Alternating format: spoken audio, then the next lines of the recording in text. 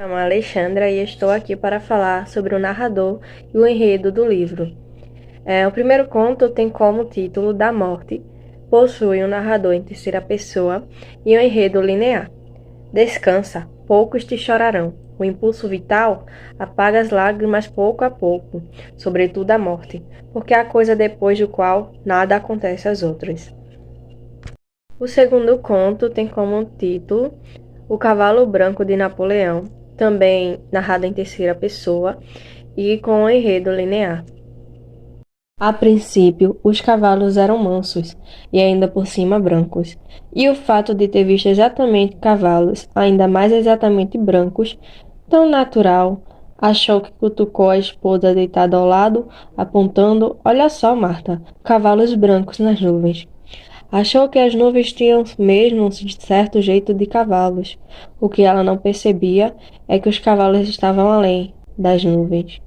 Voltando à cidade, fim de férias, ele temeu que os cavalos o tivessem abandonado. Acalmou-se, pelo menos até os cavalos voltarem no dia seguinte. O terceiro conto tem como título A Quem Interessa a Poça, narrado em primeira pessoa e com enredo linear. Eu não tenho culpa, não fui eu quem fez as coisas ficarem assim desse jeito, que não entendo, que não entenderia. Nunca você também não tem culpa. Vou chamá-lo de você, porque ninguém nunca ficará sabendo.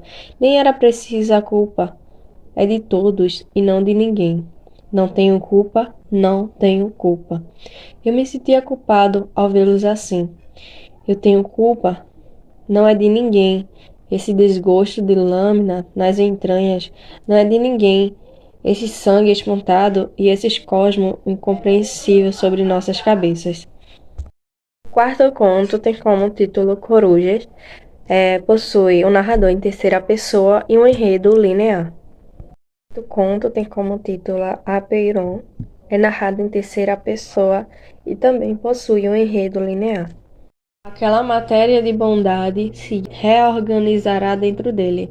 No espelho, encontraria num susto a mesma limpidez de olhar, os mesmos cabelos ao vento, ainda que rigidamente armados em torno da cabeça, as mãos leves como se segurassem algo doce e um tanto enjoativo. Mesmo imóvel, pressentia a recuperação de um jeito de sorrir que tivera. Fechar os olhos, jogar os cabelos para trás, roer unhas, caminhar devagar olhando vitrines sem olhar vitrines, molécula por molécula, célula por célula. Recuperava integralmente todo um ser antigo, mas seu centro havia se tornado gentil e um pouco ausente, como ilustração de romance antigo para moças. Atingirá a bondade absoluta. Meu Deus, isso é horrível! É horrível! Quis gritar. O conto tem como tema o ovo, narrado em primeira pessoa. Minha vida não daria um romance, ela é muito pequena. Possui um enredo linear. Mas é meio sem sentido ficar pensando em jeito de escrever se ninguém nunca vai ler. Queria escrever qualquer coisa grande, ou muito triste, ou muito escura, mas qualquer coisa de muito, e que alguém se descobrisse, publicasse e procurasse castigá-los. Mas vai sair tudo parecido comigo, desinteressante, miúdo, turvo. Eu não sei, tenho tanto medo, estou esperando, cansei de escrever. A vela está quase apagando, vou deitar. Estou ouvindo o rumor do ovo se aproximando cada vez mais. É um barulho leve, leve, quase como um suspiro de gente cansada. Está muito perto, tão perto que ninguém vai me ouvir se eu gritar. O sétimo conto tem como título O Mar Mais Longe que eu veja. Ele é narrado em primeira pessoa e possui um enredo linear. O conto tem como título Da Solidão. Ele é narrado em primeira pessoa e possui um enredo linear. Iniciei 1000 vezes o diálogo. Não há jeito. Tenho me fatigado tanto todos os dias, vestindo, despindo e arrastando a amor infância. Sóis e sombras.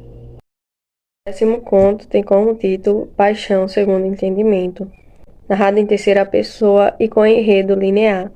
Despido e solitário, organizou o prazer no banheiro. enquanto o mundo não lhe entregava aquela mulher predestinada, desde o início dos tempos, como as concavidades da mulher ignorada. O que seria alheio, corrigiu-se pensando na fêmea que lhe era destinada.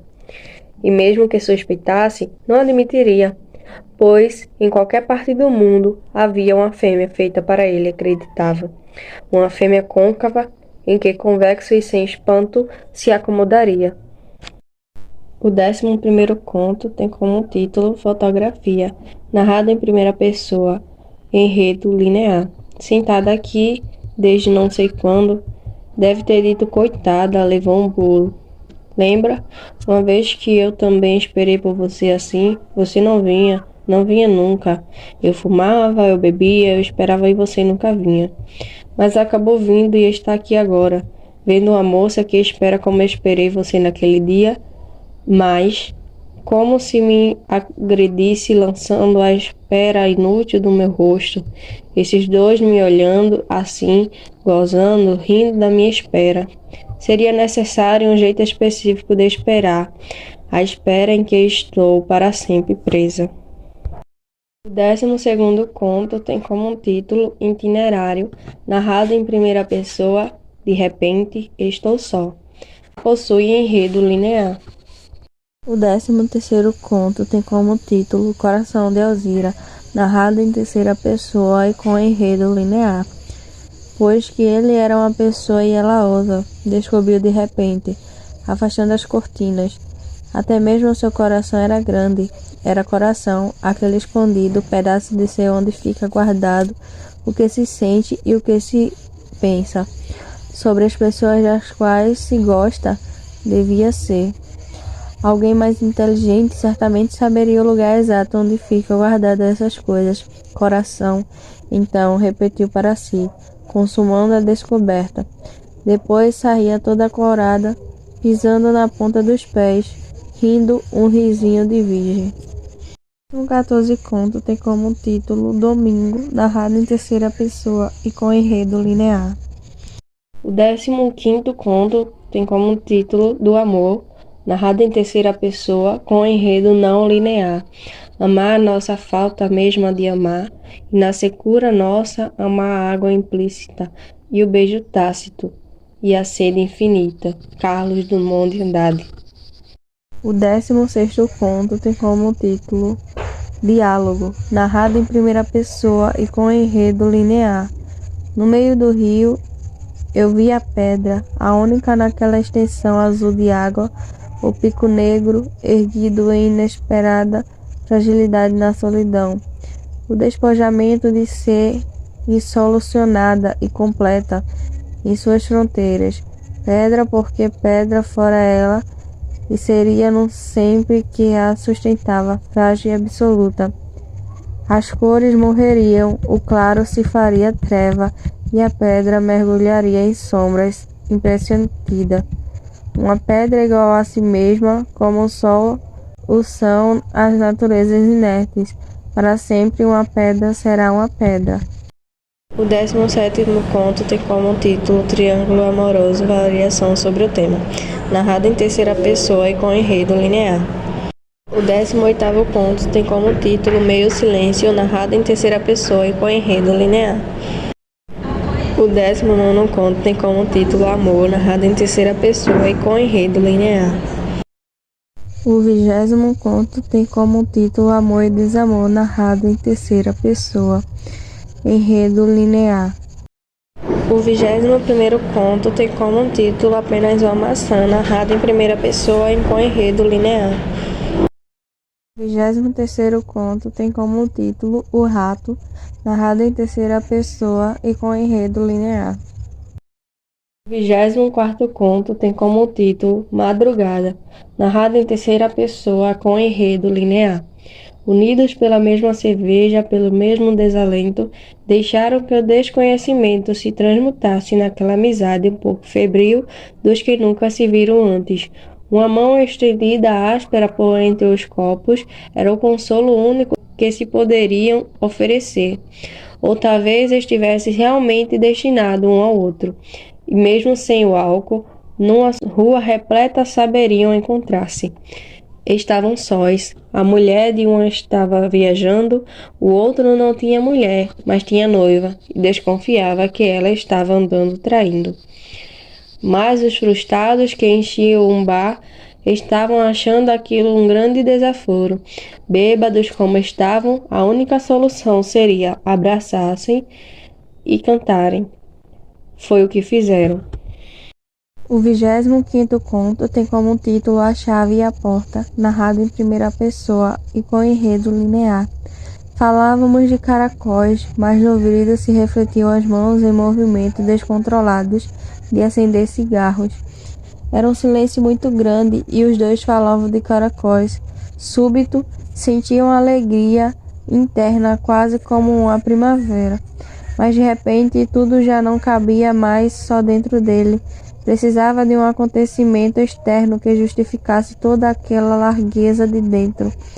A coisa externa não acontecia e, se acontecia, não justificava. Mas se não havia justificativa, a queda era lenta e longa.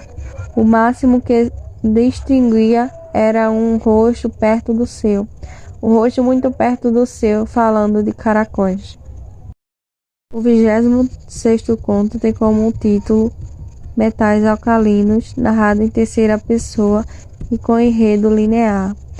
Observou os 3 rostos confiantes enquanto ditava, de uma liberdade até então ignorada. Os olhos azuis pintados da menina de 14 anos desfilavam pela tampa escura da mesa, e o gato, sempre aquele enorme gato branco sobre o muro do vizinho, e olhou o gato lá fora, mas olhar o gato cansava. Os olhos azuis pintados da menina de 14 anos estava certa, sim. Quase mulher, a menina olhou vitoriosa sobre os 2 rapazes, ainda covardes. Sobre a mesa, em cálculos e testas franzidas, nesse silêncio, criado pelo que a menina chamaria secreta e despudorada de uma superioridade, nesse silêncio era preciso dizer alguma coisa.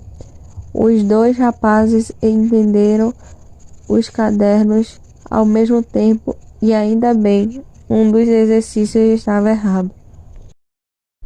O 28º conto tem como título Fuga, narrado em terceira pessoa e enredo linear. Lento, o menino enfiou o peão no bolso, sua única posse, e encaminhou-se para a porta. E o que ficava era tanto que praticamente não tinha nada além de um peão no bolso e uma ideia na cabeça. Caminhava devagar, a coisa remexendo-se com gosto dentro dele, como um profissional da fuga, ia indo pela calçada comprida, rente ao muro. Não via a menina, correu para o poste. Investigou as pessoas que passavam, mas nenhuma tinha jeito de menina que ia fugir. Coçou a cabeça, num desânimo, a esperar. Quer fugir comigo?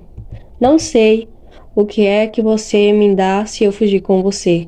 O peão, quer? O outro fez cara de dúvida. Sei não. Isto presta? Quer ou não quer? É pegar ou largar, dizia o gangster na televisão. Quero. Agora não. Só depois que a gente chegar lá. Lá onde? No lugar, ora. Que lugar?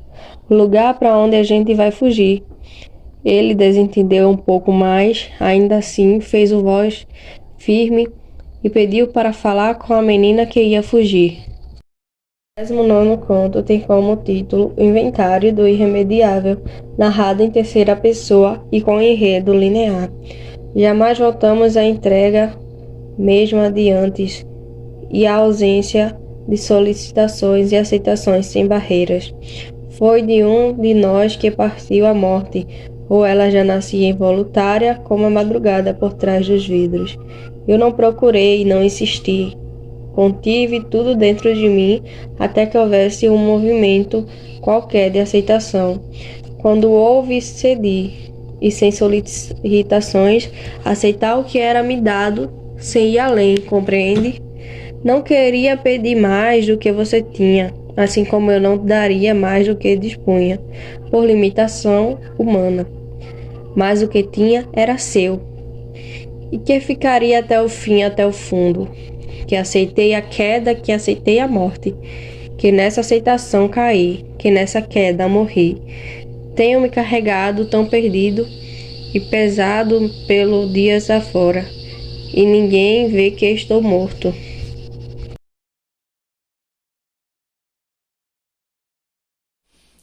Oi, meu nome é André Luiz e eu vou falar sobre o discurso do livro O Inventário do Irremediável. Conto da morte. Discurso direto. Frase: descansa, pouco te chorarão. Conto: os cavalos brancos de Napoleão. Discurso indireto. Frase: Marta disse: não enche, Napoleão. Coisa chata, catucar com este calor. A quem interessar possa. Discurso indireto livre. Frase: eu não tenho culpa. Não fui eu quem fez as coisas ficarem assim desse jeito, que não entendo. Conto: corujas. Discurso indireto livre. Frase: o fato é que tínhamos medo. Conto: apeiron. Discurso indireto livre. Frase: meu Deus, isso é horrível. É horrível. Quis gritar. Conto: o ovo. Discurso direto. Frase: nunca saí daqui, nem vou sair mais. Eu sei. Conto: o mar mais longe que eu vejo. Discurso indireto livre. Frase: apenas não entendia. E não entender dói, e a dor fazia com que eu chorasse, no começo. Conto da solidão. Discurso indireto livre. Tenho me fatigado tanto todos os dias, despindo e arrastando amor, infância, sóis e sombras. Ponto de fuga. Discurso indireto. Frase: não poderias saber nada de mais absoluto sobre ela, a não ser ela própria. Paixão segundo o entendimento. Discurso direto. Frase: a mulher havia colocado a mão no ombro, dizendo: eu sou bonita. Conto: fotografia. Discurso direto livre. Frase: sinto meus lábios ressequidos, machucados, o gosto amargo. Itinerário. Discurso direto. Frase: de repente estou só, dentro do parque, dentro do bairro, dentro da cidade. O coração de Alzira. Discurso indireto. Ela era toda grande, de mãos e pés, e olhos e busto, mas um grande que não se impunha, não feria. Conto: domingo. Discurso direto. Recostado na mesa, o corpo, na ponta do corpo, a mão, na ponta da mão, os dedos avançando até o maço. Triângulo amoroso. Variação sobre o tema. Discurso indireto. Os olhos castanhos delas encontravam os olhos verdes dele, numa manhã de chuva. Do amor. Discurso indireto. Frase: amar a nossa falta mesma de amar. Conto: diálogo. Discurso direto. Frase: no meio do rio eu vi a pedra. Conto: meio silêncio. Discurso direto. Frase: perguntou se eu queria ouvir música. Não, eu disse sem pensar. Conto: amor. Discurso indireto livre. Frase: agora esperava o empregado entrar, ouvir a conversa no corredor. Conto: amor e desamor. Discurso indireto. Frase: suspirou, ajeitando os cabelos que prendera na nuca, preguiçosa de pentear-se, porque não previra o encontro. Conto: apenas uma maçã. Discurso indireto. Frase: pede um cigarro, um objeto nas mãos, torna mais fácil a conversa. Compreende? Do espanto. Discurso direto. A vida se me é, e eu não entendo o que digo, então adoro. Conto: o rato. Discurso direto. Frase: não posso comer massa, meu bem. Engordo horrores. Conto: a chave e a porta. Discurso indireto livre. Frase: você já tomou gin com mariscos? Não, porque eu tenho nojo e medo. Eu não conseguiria provar a carne mais íntima de um objeto ou de um animal. Metais alcalinos. Discurso indireto. Frase: os olhos azuis pintados da menina de 14 anos. Conto: verbo transitivo direto. Discurso indireto. Frase: que era uma mulher e amava as considerações de nível geral repetidas todas as manhãs, antes de descer às minúcias cotidianas. Conto, madrugada, discurso indireto. Frase: o primeiro estava ali sentado há 2 horas, mas lá fazia parte do ambiente.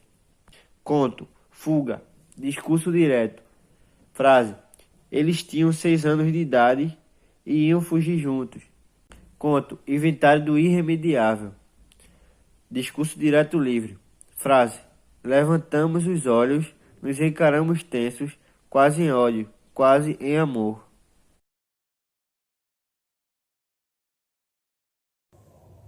Oi, meu nome é Isabela Kalina Lopes de Albuquerque. Eu vou falar algumas linguagens presentes no livro de contos Inventário do Irremediável, do escritor Caio Fernando Abreu. Eu vou começar pela função da linguagem referencial, presente no conto O Ovo. Eu vou ler um trecho que mostra um pouco dessa função. Bom, então nasci. Depois que nasci, cresci e tive uma infância. Houve um tempo em que eu não sabia de nada, nem as outras crianças. Os adultos sim, todos sabiam. Mas dissimulavam tão bem que nunca nenhum de nós teve qualquer espécie de dúvida. Então, a verdade dos adultos era a minha verdade. E depois eu era criança, desinteressantezinha, miudinha, turvinha, diminutiva. Agora eu vou falar a função emotiva, presente no conto Inventário do Irremediável, que é o último conto do livro. E vou ler um trecho. Ninguém me procurou? Não, ninguém. Aperta o botão do elevador. Pelo corredor, vai desabotoando a camisa, tira o paletó, a gravata, afrouxa o cinto. Abre a porta, espia. Os olhos meio estrábicos no medo de ver o bilhete que não existe sob o assoalho vazio. Joga as roupas numa cadeira. Apoia o corpo na janela, acende o cigarro. Espia a rua, as pessoas, a noite que se cumpre mais uma vez. Liga o rádio. Não ouve a música. Os olhos se turvam, por dentro uma coisa aperta no jeito de quem estrangula. Não pode gritar. As paredes se dobram, fremem, preenche de ironia. Suspira, exausto. Função poética. Apenas uma maçã. Trecho. De repente sinto medo. Um medo antigo. O mesmo que sentia o menino escondido embaixo da escada, esperando castigos. Um medo e um frio que nascem de alguma zona escondida no cérebro, nas lembranças, nas coisas que o tempo escondeu ao avançar.